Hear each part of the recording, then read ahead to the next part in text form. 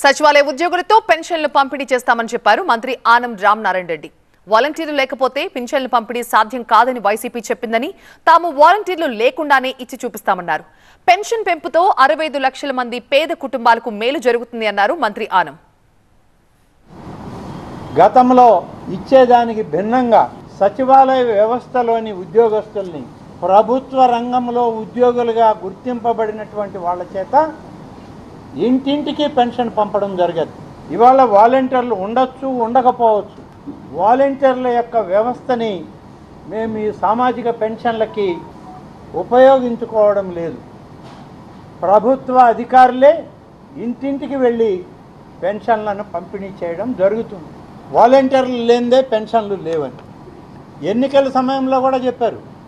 వాలంటీర్లు లేకుండా పెన్షన్లు ఎలా ఇవ్వాలండి? పేదవాళ్ళకి అన్యాయం చేస్తున్నది తెలుగుదేశం ప్రభుత్వం. ఒకసారి ఎన్నికల సమయంలో ప్రభుత్వమే పంపిణీ చేసింది. ఇవాళ మేము పంపిణీ చేసి చూపిస్తాం.